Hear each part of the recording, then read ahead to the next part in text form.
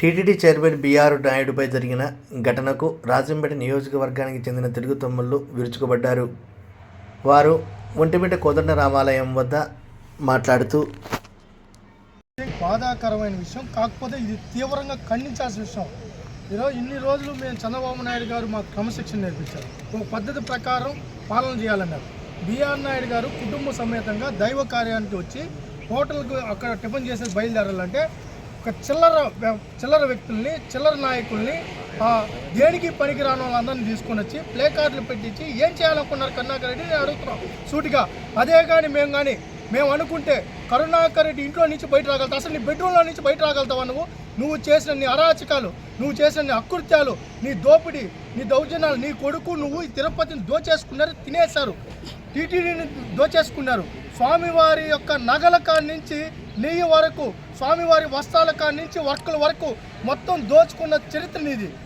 నీ బతికేందో అందరికీ తెలుసు. నువ్వు ఎక్కడ పుట్టావు, నువ్వు ఎక్కడ పెరిగావు, నువ్వు ఏం సంపాదించావు, ఈరోజు నీ రాజకీయం ఎంత, నువ్వు సంపాదించిన సంపద ఎంత, నువ్వు ఏ వ్యాపారాలు చేసి ఏం వెలగబెట్టావని ఈరోజు చిల్లర మోకల్ని నలుగురిని పంపిస్తే భయపడిపోయేవాడు ఎవడు లేడు. ఈరోజు ఒకటే చెప్తున్నాం, ఈరోజు మేము డిసైడ్ అయిపోయినాం. కరుణాకర్ రెడ్డి గారు సవాల్, నేను సూటిగా వెళ్తున్నాం. మేము కూడా ఇంకా నువ్వు ఎక్కడ పోతే మేము అడ్డుకుంటాం, నువ్వు తిరుపతిలో తిరుగుతూ ఉంటావు.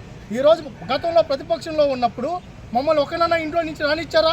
ఇదే జగన్మోహన్ రెడ్డి కొండ మీదకి వచ్చేటప్పుడు పట్టు వస్త్రాలు, అయ్యా మీరు సతీ సమేతంగా రమ్మంటే మమ్మల్ని అందరినీ అవసరం చేశావు. కానీ ఈరోజు తిరుపతిలో కానీ రాష్ట్రంలో శాంతి పద్ధతులు విఘాతం కలిగించదు, ప్రశాంత వాతావరణంలో ఉండాలి, ప్రజాస్వామ్యాన్ని కాపాడాలని మా ముఖ్యమంత్రిగా చెప్తున్నారు. అయితే టీటీడీని టార్గెట్ చేశారు, టీటీడీని అడ్డం పెట్టుకొని పవిత్రతను దెబ్బతీయాలని. ముఖ్యంగా బీఆర్ నాయుడు గారు ఏం చేశారండి? నీ మాత్రం ఏమైనా 1000 రోజుకి 1000 టికెట్లు ఏమైనా అమ్ముకున్నారా? లేకపోతే వస్త్రాల్లో దోచుకున్నారా? లేకపోతే నిత్యావసర సరుకుల్లో దోచుకున్నారా? ఏం చేశారు?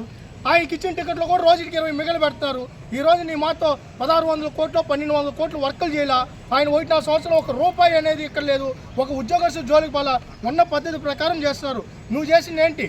నీ అకృత్యాలు ఏంటి? నువ్వు ఎన్ని టికెట్లు దర్శనాలు అమ్ముకున్నావో అందరికీ తెలుసు. ఒకటే చిల్లర మోకలు పెడితే ఇక్కడ భయపడేవాడు ఎవరు లేరు. కరుణాకర్ రెడ్డి సవాల్, మేము కూడా సవాల్ ఇస్తున్నాం. ఈరోజు ఇన్ని రోజులు ప్రశాంతత, శాంతి పద్ధతులు, పవిత్రతను కాపాడాలి, స్వామివారి విషయంలో ఎవరు ఏది జాగ్రత్తగా ఉండాలని మా పెద్ద ఆయన చెప్పినట్టు మేము వింటున్నాం. కానీ నువ్వు నేరుగా కుటుంబం భద్రత చేస్తుంటే కుటుంబం మొత్తం సతీ సమేతంగా బాధేస్తుంది. ఒక బీఆర్ నాయుడు గారు 7-10 వయసులో స్వామివారికి చైర్మన్, స్వామివారి కైంకర్యాల విషయంలోనో స్వామివారికి సంబంధించి ఒంటిమిట్టకి వెళ్తున్న టైంలో కుటుంబంతో వస్తే ఆడబిడ్డలు ఉన్నారు, సతీ సమేతంగా వస్తే నువ్వు ప్లే కార్డులు పంపించావంటే నీ బుద్ధి ఏంటో అర్థమవుతుంది. నువ్వు మొన్ననే గ్యాస్ సిలిండర్ దొంగ దొరికిపోయావు, దాని గురించి మాట్లాడవయ్యా. గ్యాస్ సిలిండర్లతో దొరికిపోయావు, లడ్డు నెయ్యిలో దొరికిపోయావు, ఈరోజు పరకామణిలో దొరికిపోయావు. దాని గురించి మాట్లాడకుండా చిల్లర మోకలు పంపిస్తే ఈరోజు నీ బుడ్డ బెదిరింపులకు భయపడేవాడు ఎవ్వడో లేడు. కానీ మేము కూడా చెప్తున్నాం, రేపు నుంచి కరుణాకర్ రెడ్డి నువ్వు ఎక్కడికి పోతే అక్కడ మా ప్లే కార్డులు ఉంటాయి. మేము ఎస్పీ గారిని కూడా, డీజీపీ గారిని కూడా శాంతి పద్ధతులు విఘాతం కలుగుతున్నాయి. తిరుపతిలో శాంతి పద్ధతులు నాశనం చేస్తారు, టీటీడీని అడ్డం పెట్టుకొని రోజుకు ఒక రాజకీయం చేస్తారు, రోజుకు ప్రెస్ మీట్ పెడుతున్నారు. వాళ్ళ మీద ఎందుకు అటెంప్ట్ మర్డర్ కేసు పెట్టడం లేదు? ఈరోజు హత్యాయత్నం జరిగింది బీఆర్ నాయుడు గారి మీద, ఇది హత్యాయత్నమే. ఆయన చంపడానికి వచ్చారని మేము, వాళ్ళు వస్తున్నారంటే అర్థం ఏంటి? 50 మంది వచ్చారంటే వాళ్ళ దగ్గర రాడ్లు ఉన్నాయి, కర్రలు ఉన్నాయి. దేనికి వచ్చారు వాళ్ళు? దేనికి వచ్చారన్నట? ఈరోజు శాంతి భద్రతలు కాపాడేదానికి మేము ఉన్నాం, శాంతి భద్రతలు విఘాతం కలిగించేదానికి వాళ్ళు ఉన్నారు. ఎస్పీ గారు సత్వర చర్యలు తీశారు. మీరు మౌనం వహించద్దండి ఎస్పీ గారు. ఎన్ని రోజులు మౌనం వహిస్తారు? మీరు లా అండ్ ఆర్డర్ని కంట్రోల్ చేయాలని బాగుంది, మమ్మల్ని కంట్రోల్ చేయొద్దండి. ఆపకుండా వాళ్ళని కూడా కంట్రోల్ చేయండి, వాళ్ళని అరెస్ట్ చేయండి. దాంట్లో ఉన్నవాడు ఎవడు? మొన్ననే ఒకరిని కొట్టి, కొండ మీద ఒకరిని కొట్టి లాట్ ఎట్టబట్టి మీరు చూసే ఉంటారు. వాడు అనిల్ రెడ్డి అంట, 2 రోజులు ఒక మనిషిని కొట్టాడు, దాంట్లో ఉన్నాడు. కప్పు చేసేవాడు ఉన్నాడు, బూతులు తిట్టే వాళ్ళు ఉన్నారు. అదేవిధంగా లిక్కర్ మాఫియా, గంజాయి మాఫియా అంతా ఉన్నారు. ఆడందరూ వాళ్ళంతా గంజాయి మాఫియా వాళ్ళు. గంజాయి తాగేసి వచ్చారు. వెంటనే ఎవరైతే వాళ్ళ మీద వాళ్ళని కూడా టెస్ట్ చేయాలి. గంజాయి డ్రగ్స్ తీసుకోవాలి, రాడ్లతో వచ్చారు. ఇది బీఆర్ నాయుడు గారి మీద హత్య ప్రయత్నమే. తిరుపతి శాంతి పద్ధతులు విఘాతం కలిగించాలని చూస్తున్నారు. ప్రపంచం మొత్తం తిరుపతి వైపు చూస్తోంది. సత్వరమే ఎస్పీ గారు రెస్పాండ్ అయ్యి వాళ్ళ మీద అటెంప్ట్ మర్డర్ కేసుతో పాటు కరుణాకర్ రెడ్డి మీద వాళ్ళ కొన్ని ఊరికే జరిగింది, ప్రీ ప్లాన్డ్గా జరిగింది. నిన్న రాత్రి వాళ్ళు చేశారు. బీఆర్ నాయుడు గారు కారు ధ్వంసం చేయాలి, ఆయన మీద దాడి చేయాలి. సేవా దృక్పథంతో వచ్చినటువంటి బీఆర్ నాయుడు గారు టీటీడీలో ప్రక్షాళన చేస్తూ గతంలో చేసినటువంటి అక్రమాలన్నీ కూడా ప్రజల దృష్టికి తీసుకొస్తున్నారు.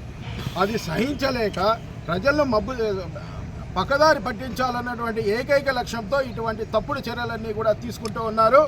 మేము బిఆర్ నాయుడు గారికి మా కార్యకర్తలందరం కూడా మద్దతుగా నిలబడుతున్నాం, వారి వెంట నడుస్తాం. ఇటువంటి చర్యలు ఖండించాలి. వ్యవస్థలను బాగు చేయడానికి ముందుకు వచ్చినటువంటి వ్యక్తులను ఈ విధంగా పక్కదారి పట్టిస్తే కనుక అధికారులు కఠినంగా చర్యలు తీసుకోవాల్సినటువంటి బాధ్యత వాళ్ళపైన ఉంది. తప్పకుండా కేసు నమోదు చేయాలి. ఇక పైన వారి ఇటువంటి చర్యలు ఎక్కడున్నా కానీ మా తెలుగుదేశం కార్యకర్తలు అడ్డుకునేటటువంటి కార్యక్రమాలు చేస్తామని, అందుకు మా చంద్రబాబు నాయుడు గారి అనుమతి తీసుకొని ఎక్కడుంటే అక్కడ ఖండించి రోడ్లపైకి వస్తే కనుక వాళ్ళు తిరగలేనటువంటి పరిస్థితి వస్తుంది. ఈ చర్యను అందరం కూడా ఖండిస్తున్నారు. రేపటి నుంచి ఏ చిన్న యాక్టివిటీ వైఎస్ఆర్సీపీ వాళ్ళు చేసినా తెలుగుదేశం కార్యకర్తలందు ముందు ఉండి ఇటువంటి అరాచకాలన్నీ కూడా అడ్డుకుంటామని తెలియజేస్తున్నాను. ఈ విధంగా